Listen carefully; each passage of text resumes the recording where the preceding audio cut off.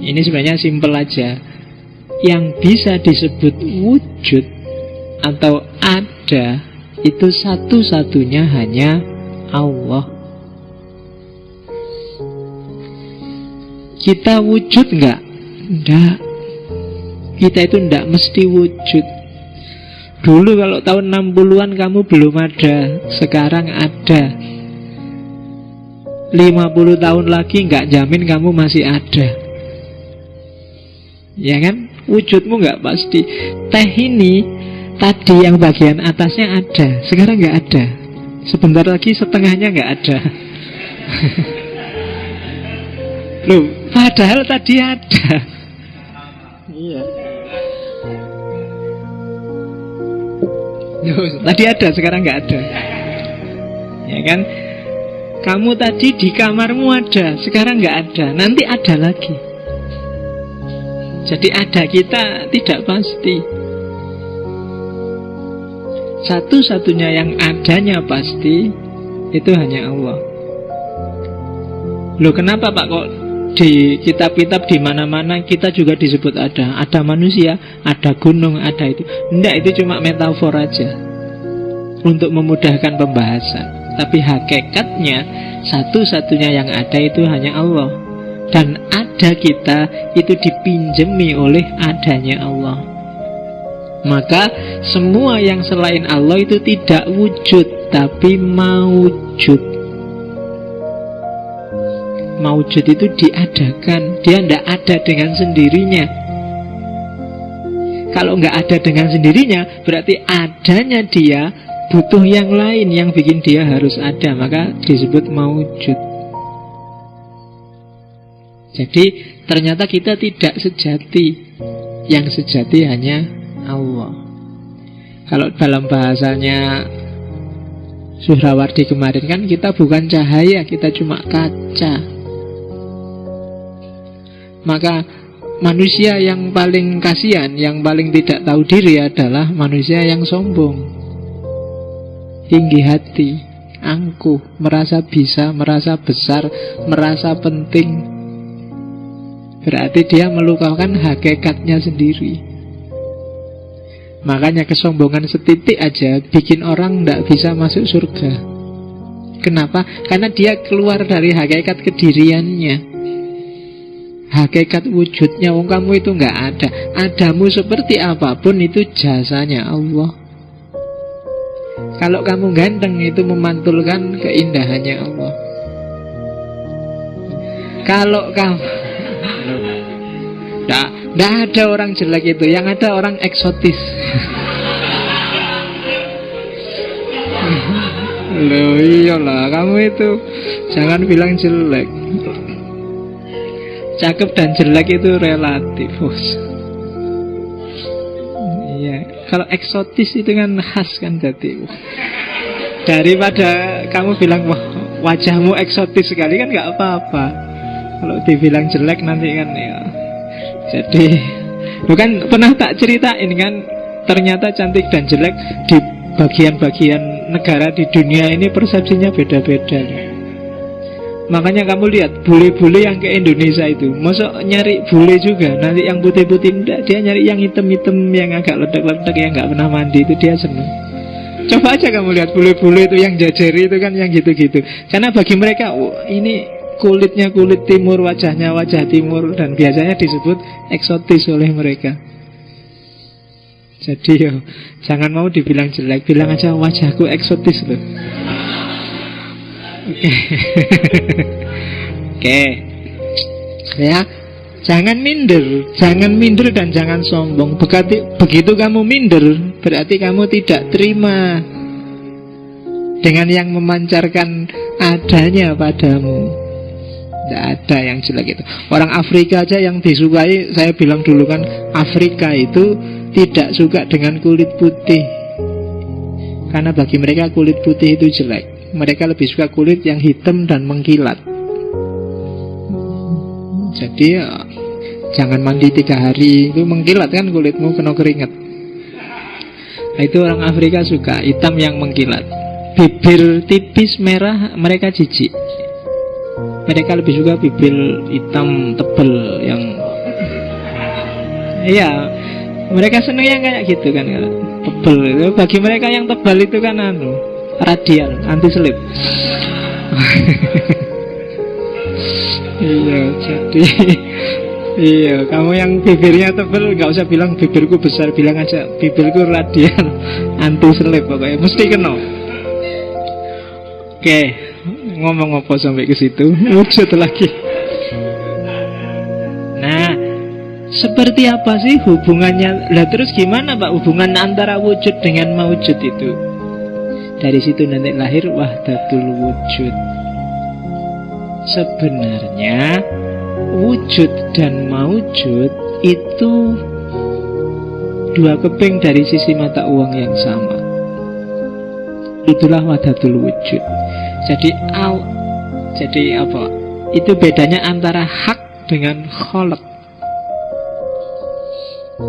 Jadi Allah itu kalau dilihat dalam dirinya sendiri, maka dialah al-haq.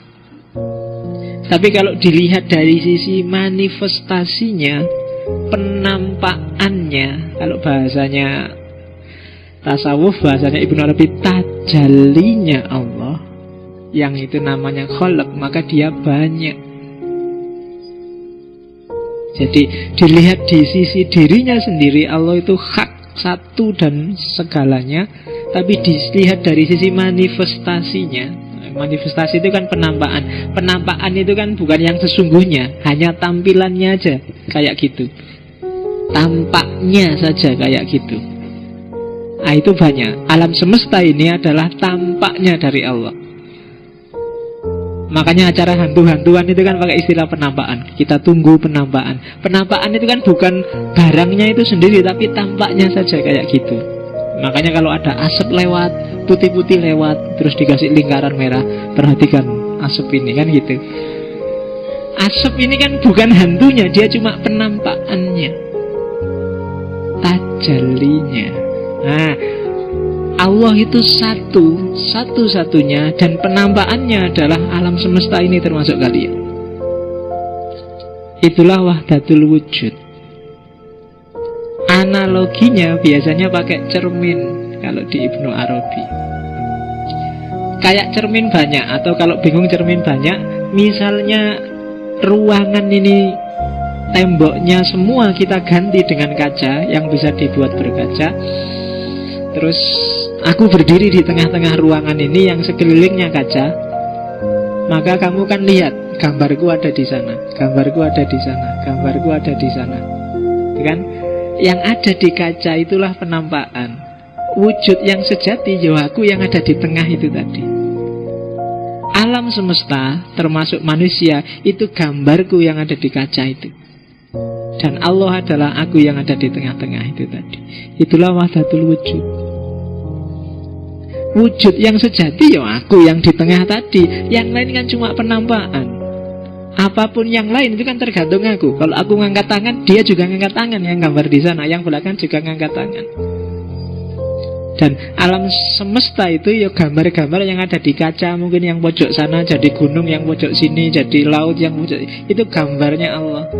Gambarku di kaca kan gitu. Yang sebelah sana gambar punggung, sebelah sana gambar wajah, sebelah sana gambar pundak kanan, sebelah kiri gambar pundak kiri. Dan itulah alam semesta. Ada yang sedikit menggambarkannya, ada yang banyak, ada yang hampir representatif. Dan di antara yang dianggap paling mendekati Allah ala suratihi adalah manusia. Jadi manusia adalah representasi, bukan jasmaninya ya. Nanti kalau jasmaninya kamu apa, berarti Allah itu kayak gini, enggak. Tapi ruhaniyahnya, dimensi ruhnya manusia adalah manifestasi paling sempurna dari wujud Allah. Makanya innallaha khalaqa Adam ala suratihi. Oke. Itulah gambarannya wahdatul wujud. Jadi semuanya wujud, semuanya Allah, semuanya wahdah, jadi satu. Ya. Jadi al-haq sama al-khalq itu dua keping dari sisi mata uang. Intinya ya hak, intinya ya wujud. Yang lain itu maujud. Dia ada sesuai dengan yang wujud tadi. Karena gambar di kaca itu sesuai dengan apapun yang dilakukan oleh yang berkaca. Itulah yang disebut wahdatul wujud. Agak beda dengan hulul, dengan itihad, dengan Surawardi kemarin. Jadi kalau ini coraknya tidak ada jarak. Allah sama makhluk itu ya wajah dari realitas yang sama. Hanya yang satu sejati, yang satu adalah akibat. Yang satu sebab, yang satu akibat. Yang satu wujud, yang satu maujud. Yang satu hak, yang satu kholak. Oke, jadi semua manifestasi dari Allah. Nah, kalau ada yang jahat-jahat gimana Pak? Apa Allah juga jahat? Nah, kejahatan itu muncul ketika manifestasi tadi tidak tampak, terhijab. Jadi tidak bergaya, tidak berprofil seperti adanya, tidak sesuai proporsinya. Kejahatan itu kan ketika sesuatu tidak proporsional, tidak pada tempatnya. Ya kan? Hubungan laki-laki perempuan itu indah, tapi ketika tidak pada porsi dan proporsinya dia jadi jahat. Ya kan? Bunuh itu kalau pas porsi dan proporsinya dia indah. Agak susah membayangkan bunuh. Ada di konteks tertentu bunuh itu indah. Pembunuhan itu indah, bahkan disaksikan oleh banyak orang. Misalnya waktu korban. Loh ya kan? Korban itu kan kamu pembantaian besar-besaran terhadap sapi dan kambing, tapi kan tidak terasa jahat, terasa indah. Karena apa? Porsi dan proporsinya pas. Bahkan kadang-kadang bohong pun kalau proporsional sesuai kondisi kadang-kadang pas, sesuai, indah. Ya kan, loh, bohong indah itu kan ya, kamu yang pacaran kan sering ngalami. Kamu kangen aku enggak? Iya kangen, padahal enggak, tapi kan indah. Bohong tapi indah. Oke, ya enggak gitu maksudnya. Jadi enggak semua yang ada di alam semesta ini ayo realnya pas, maka dia adalah manifestasi dari adanya Allah. Oke, nanti ini membawa implikasi panjang. Misalnya, gimana Pak kalau terus ada orang bilang berarti tidak salah orang Kristen dong? Ketika orang Kristen bilang Isa, Yesus itu Tuhan, kan semuanya juga Tuhan, gambarannya Tuhan, kan gitu. Kalau pakai Ibnu Arabi, iya benar Yesus itu Tuhan, tapi tidak bisa dibalik kalimatnya. Tidak bisa Tuhan itu Yesus.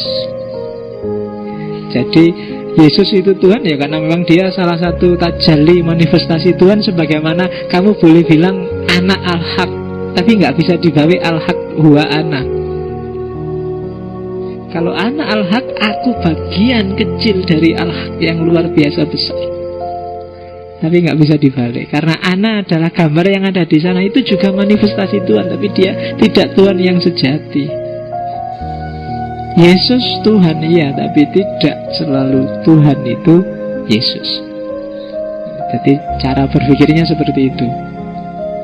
Itu sehingga Islam datang meluruskan semuanya. Tidak kayak gitu. Biarkan Allah yang sejati itu apa adanya. Yang lain itu kholak. Meskipun ada entitas ketuhanan di dalam masing-masing itu, dan posisikan setiap entitas ketuhanan sesuai porsi dan peranannya masing-masing, biar dia bisa menggambarkan dirinya sebagaimana gambarnya Tuhan. Dan manusia yang bisa memerankan dirinya secara pas sebagaimana surahnya Tuhan, itu nanti yang di Ibnu Arabi disebut insan kamil. Nanti di belakang ada penjelasannya.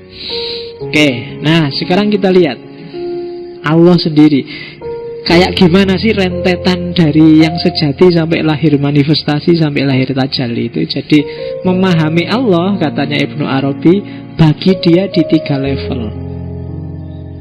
Allah tidak ujuk-ujuk dia sendiri terus misah dengan mana. Allah itu dia punya 3 martabat.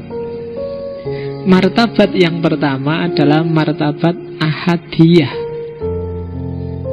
Ahadiyah itu Allah apa adanya, yang laisa kamislihi syai'un.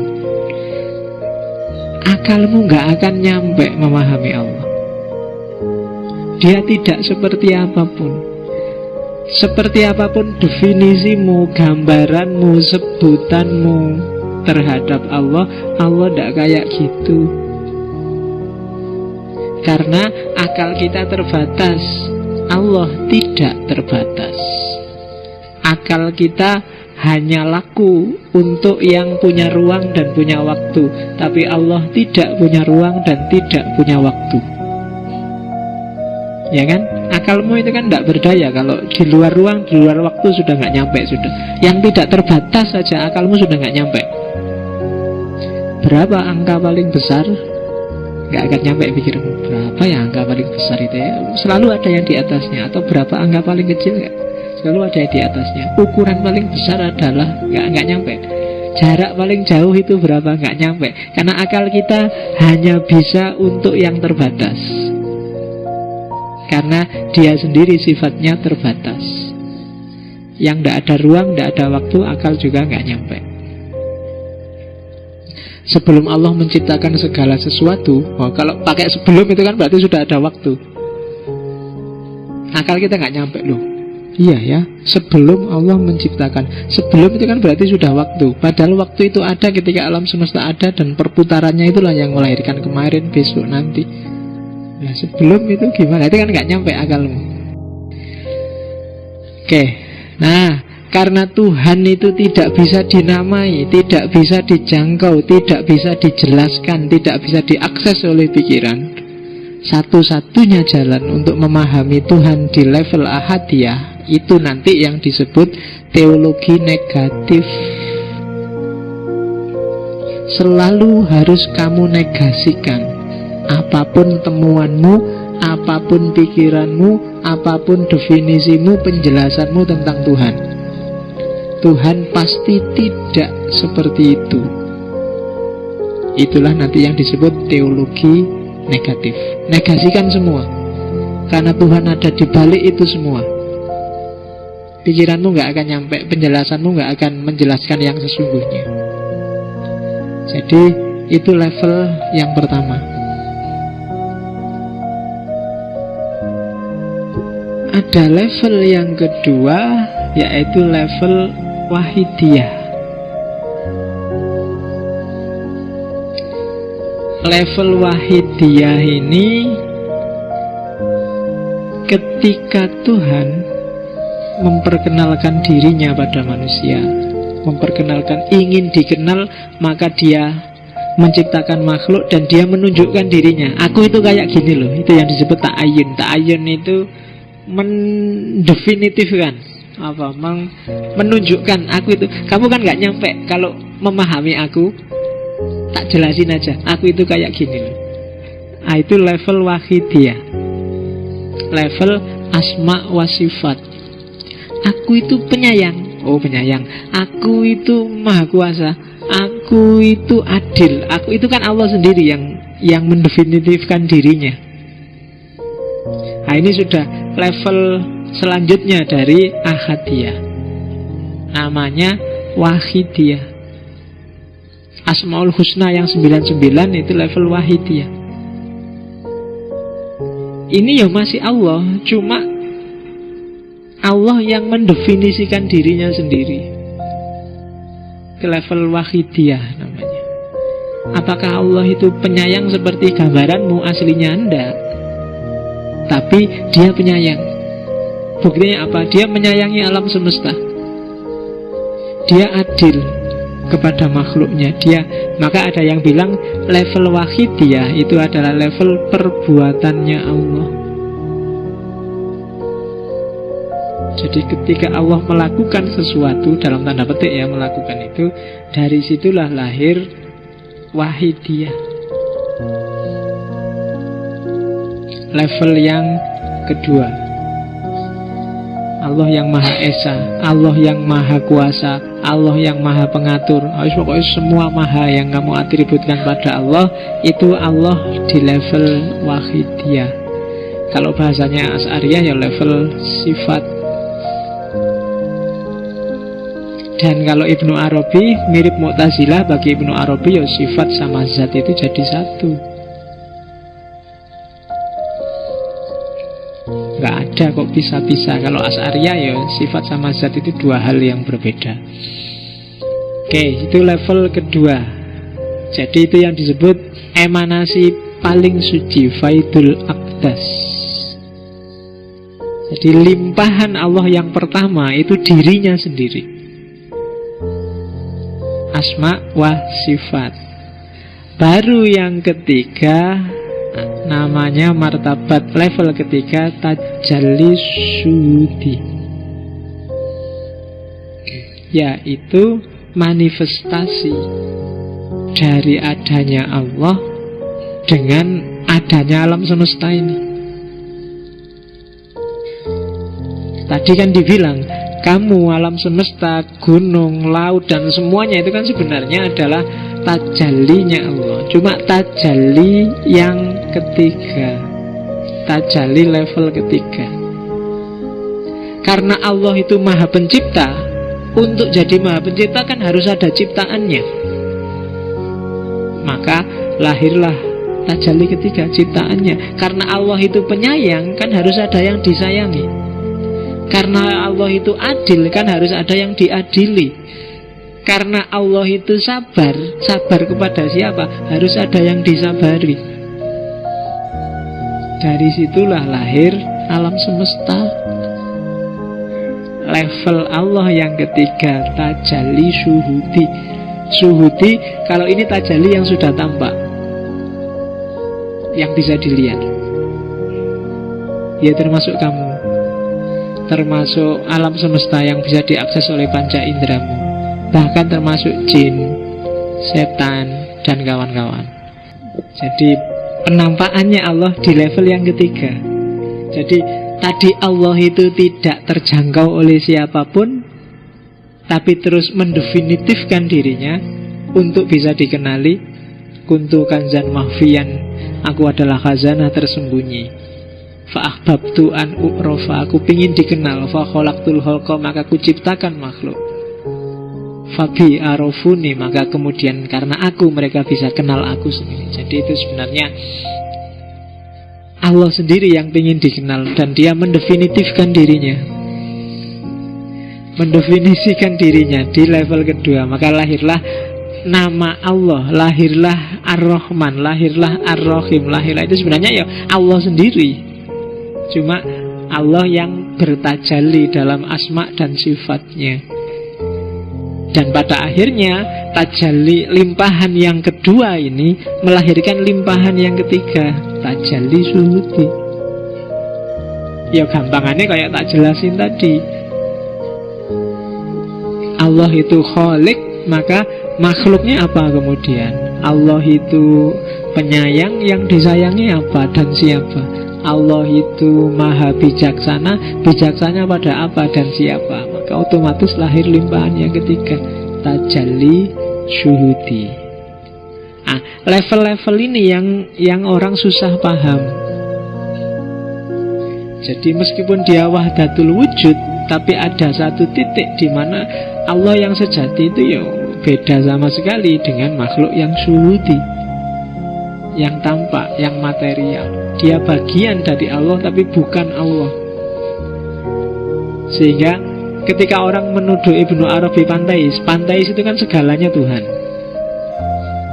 Kalau dalam Ibnu Arabi mungkin tidak pas disebut segalanya Tuhan, tapi segalanya adalah bagian dari Tuhan.